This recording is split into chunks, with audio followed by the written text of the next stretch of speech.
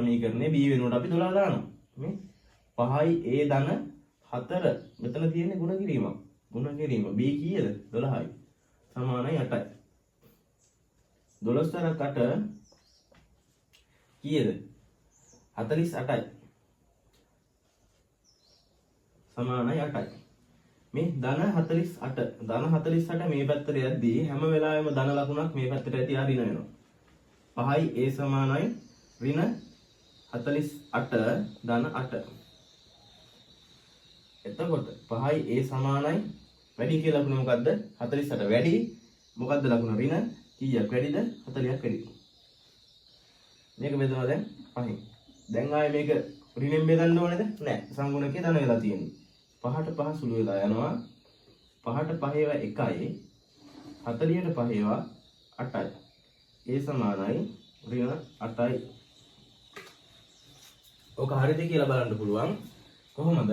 අපි මේ සමීකරණ මේ පද දෙකම ආදේශ කරන් උත්තරය 8ක් වෙන්න ඕනේ. මේ 5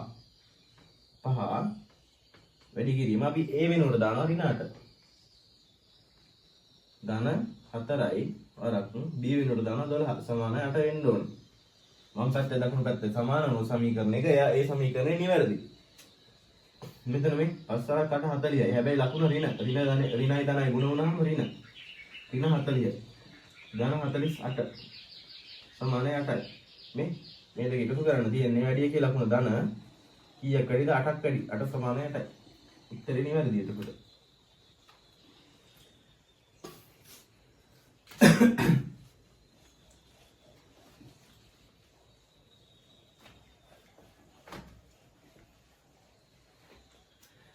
හරි එහෙනම් දැනට පළවෙනි වීඩියෝ එක ඉවරයි. ඊළඟට අපි දානවා තවත් සමගාමී සමීකරණ මේ දැන් මේ කියලා දුන්න එකනේ හදන්නේ කොහොමද කියලා. සමගාමී සමීකරණ තව ඉස්සරහට අමාරු ගණන් කොහොමද හදන්නේ? පද තුනක් තියෙන ගණන් කොහොමද හදන්නේ? ඒවා බෝඩ් එකේ නැතුව මම කොලේක වෙනම ලියලා ඒ වගේ ඒවත් දානවා. ඒවත් බලන්න. එතකොට මේක හොඳටම උඩ දාගන්න පුළුවන්. සමගාමී සමීකරණ කියන්නේ විභාගයේ අනිවාර්ය ලකුණක්.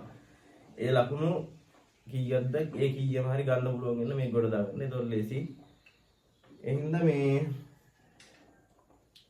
මේක බලලා ඒක ඔය බලන්න ඒවත් දැන් අද හිතාන අනිද්දා වගේ විදිහට අප්ලෝඩ් වෙයි.